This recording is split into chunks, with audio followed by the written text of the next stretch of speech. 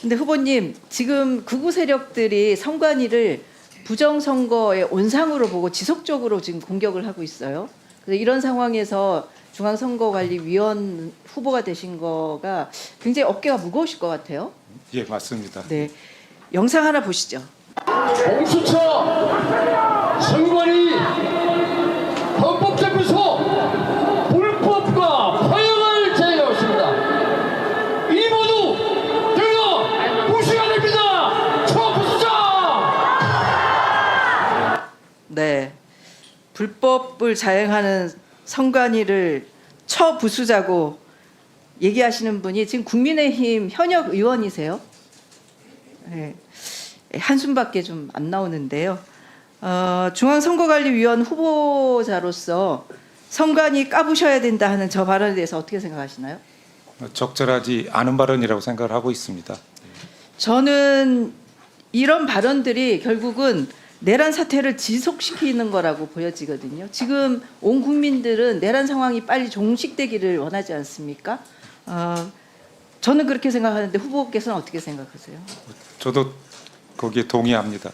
네, 이 발언들은 더 이상 하면 안 되겠죠, 그죠? 예, 더군다나 그렇습니다. 국회의원으로서 헌법기관을 까부수자라고 얘기하는 게 말이 안 되지 않습니까? 그렇게 생각하시죠? 예, 그렇습니다. 네, 본격적으로 질문하겠습니다. 후보님, 영국 시사주간지 이코노미스트가 있어요. 거기 산하기관에 이코노미스트 인텔리전스 유닛이라고 있습니다. 거기서 매년 민주주의 지수를 발표를 해요. 혹시 아시나요? 처음 저건 네, 처음 네, 봤습니다. 제가 알려드리겠습니다. 이 5가지 지표로 점수를 매기는데요. PPT 보시면 2022년도에 24등, 2023년도 22등, 그리고 2024년도에 32등으로 전체 167개국 중에 그 32등으로 10단계나 지금 떨어졌거든요. 그래서 원래 이 점수가 8점 이상이면 완전한 민주주의 국가로 평가가 되고 있는데 실제 올해는 7.75점으로 결함이 있는 민주주의 국가로 내려갔습니다. 결국은 윤석열 정부 들어서 지속적으로 민주주의 지수가 하락하고 있다고 보여지거든요. 특히 정치문화 부분을 보시면 이 정치문화가 민주주의에 대한 사회적 합의를 평가하는 항목인데 보시면 7.5에서 5.63까지 내려갔습니다. 굉장히 심각한 상황이라고 보여지죠. 그렇죠? 예. 네. 다음 PPT 봐주세요. 근데 재밌는 게요. 이 지표 중에 선거 과정과 다원주의라는 지표가 있는데 전체 순위가 24등, 22등, 32등으로 내려가도 이 지표 부분만은 점수가 9.58로 굉장히 높은 점수를 기록하고 있습니다. 이 지표는 선거가 자유롭고 공정한지 평화로운 선거가 이루어지는지 선거에 따른 권력 이양이 질서 있게 이루어지는지를 점수로 환산한 건데요.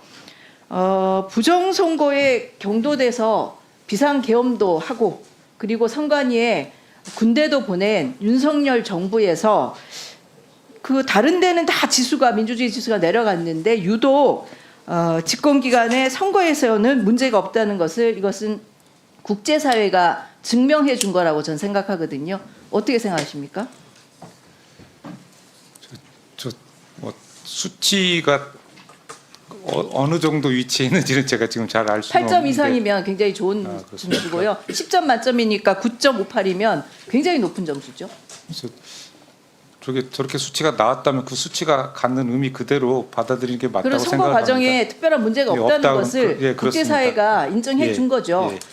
근데도 부정선거 주장하는 사람들이 없어지지가 않아요. 특히 그 여러 가지 얘기를 하는데 선거 과정에서 투표지 분류기 해킹 의혹을 제기하는 분들이 있습니다.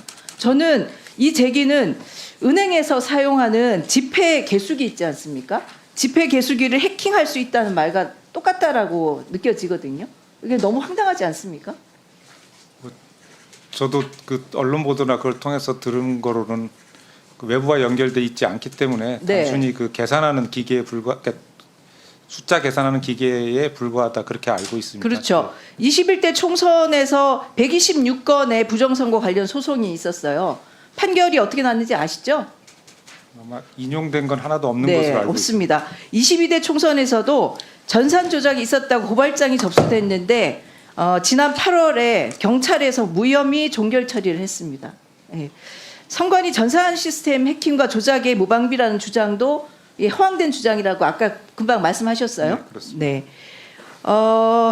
근데 부정선거에 대해서 계속 얘기를 하고 있는데 지금 그 동영상 하나 더 보시죠. 부정선거를 확신해서 말씀하시는 건지 아니면 선거 시스템을 좀 들여다봐서 이상이 없는지 살펴보자 이런 쪽인 어느 쪽입니까? 저는 둘 다입니다. 첫 번째 뭐냐면 그 선관위가 저도 처음엔 음모론이라고 했거든요. 부정선거에 대해서. 그런데 보니까 첫 번째는 인사 비리가 1,200건이 넘었고 그다음에 투표한 부실 관리 그리고 그 서버에 대한 부실 해킹 위험 가능성 높음 이런 것을 보면서 야 이 문제 덩어리다.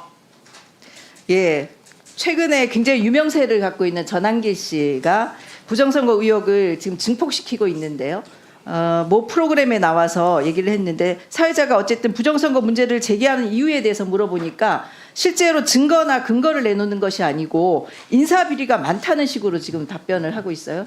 금방 들으셨죠? 예. 그래서 지금 부정선거 음모론자들은 한 건도 제대로 된 부정선거 증거를 내놓고 있지 못합니다. 다만 이분들이 얘기하는 것 중에 인사비리를 계속 얘기하고 있는데요. 이 인사비리가 부정선거 빌미를 제공하는 것은 맞지 않습니까 지금?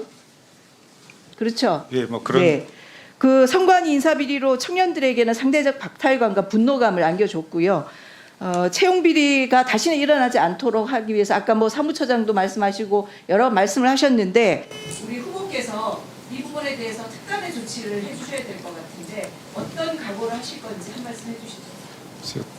뭐 아까도 말씀드렸지만 이미 이제 벌어진 일에 대해서는 거기 상응하는 엄정한 처분이 있어야 된다고 생각을 하고 있고요.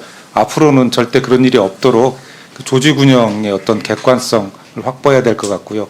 또 내부 자정 기능은 물론이고 외부에 의한 감독 통제 기능도 강화해야 된다는 생각입니다. 예.